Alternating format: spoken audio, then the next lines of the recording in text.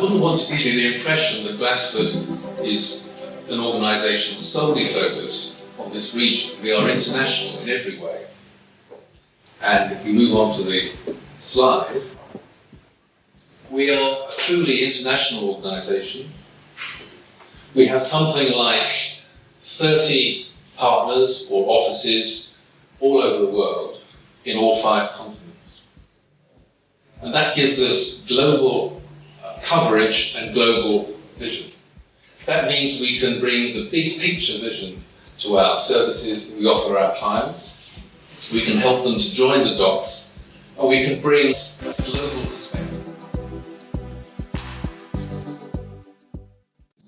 We complete the research from the countries like Canada, from China, from Hungary, Czech Republic, Poland as well. So we have really quite a broad picture from really experienced respondents. Issue like sectors. As you see, we have people from automotive, we have from consumer goods, banking sectors, we have from retail, communication, energy.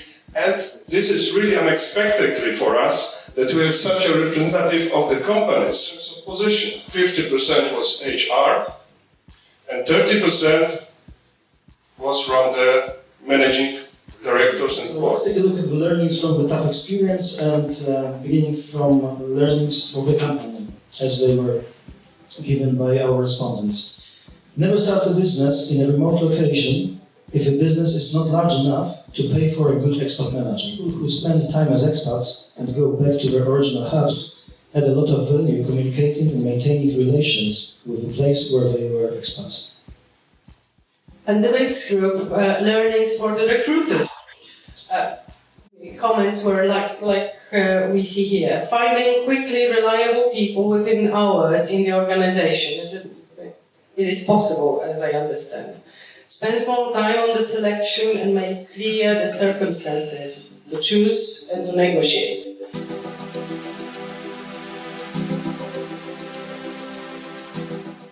International companies operate this way, that their package is adjusted to the local conditions. So I cannot agree with the statement that it is low-cost expat. Even in cases we would think that they are cheap. Like I had a couple of examples of bringing in people to Poland from countries where salary levels is much lower.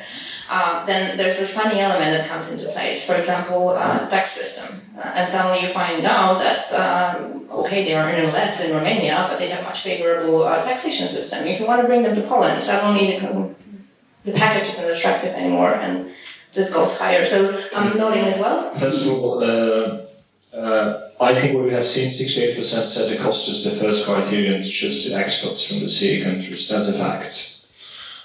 I suppose that the persons which have been responding to the survey, they knew what they say. The fact number 2 is, if this is 68% compared to the second result, which was roughly below 40, you could remind us on this slide, it's not a matter of statistical error. So I would recommend to approach that just drawing on a well-known statement, Vox Populi, Vox Dei. If this is the fact, most probably that's one of the criteria the managers take the decisions. The third, I think whatever we say about the plenty of other competences, most probably we'll have still the chance to discuss during the panel. Looking at the world around, I think it's absolutely out of discussion that we have a demand problem, reduced capital expenditure budgets, consumer spendings are restrained across Europe and worldwide, and the cost becomes one of the main arguments just to save the money. Also based on my personal experience, I spent a few months on assignment in Singapore, that I would say that positive approach is really critical here. Should be enough. But when we look case by case, especially I've been surprised also by the lack of, let me say, professional, technical competences. How this guy simply fits to the role that will be responsible as an expert. The ultimate question which the local team will always ask when they encounter their new expert is what do you bring to the picture? Is it your education? Is it your expertise? Is it your drive? Is it your ability to drive change. So I guess it's a mixture of all of this, a mixed bag of beans, but it's, as always, it's all about right balance. But I also agree that the miserable expats that I've met were for the most part miserable because they were never able to connect with the surroundings.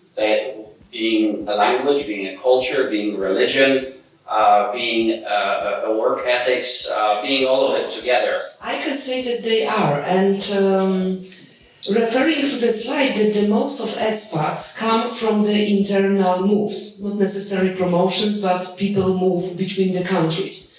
And based on my experience, I can say that it's never like a simple process. The other advantage of having those people recruited internally is that they are not coming from elsewhere. They are actually an internal asset, which is already typically being assessed through different processes within the organization, right? So the talent processes, the performance management processes. So it's not a blank page that is only being tested during the recruitment process, but suddenly we reach out in depth to really information we already possess, assessments we have already done for the person, checking the agility, how the person behaves, the competencies in advance. So that's a big benefit, right? I think one of the important measurement during the recruitment process, a good question could be for the applicants with the experiences, how much time did it take you to be invited for the first informal meeting with an expert? I think it's a good performance indicator and the natural acceptance, I think. My own experience, I work a lot with what we call emerging markets. In reality, some of these places are areas on the outskirts of the galaxy where no one else wants to go. The biggest benefit for me in such markets is the ability of having a person from within, having an internal candidate, is to make sure that we can bridge the local content, local flavor, if you will, with its sometimes questionable work ethics, with its cultural challenges, with the values of the company. Having somebody from within gives me that, maybe not assurance, because you never have that. Well, I know nothing about that. But definitely the costing, really. I did a cross-check in my mind, thinking about all the expat contracts I had dealt with, different kinds, like you mentioned, like pure expats, commuters, local contracts. I don't have any single one that will be low cost, meaning lower in cost than really hiring a person on the local market. So that's the biggest surprise. I won't be able to do justice to the superb presentation that we heard and the excellent contributions from our panel of real experts. I was impressed not only by the quality of your English, if I may say so, but the depth of the subtlety of your views, the fact that you disagreed with the survey, the fact that you disagreed with each other, and the fact that you really provoked us all to think a lot about this highly complex subject. I was a little surprised that there was so little emphasis, as I picked up anyway, on the importance of overcoming cultural differences in expatriate postings. If we had this conversation in China or anywhere in the Far East, cultural sensitivity would be way at the top of the list in the future. So thank you again very much for your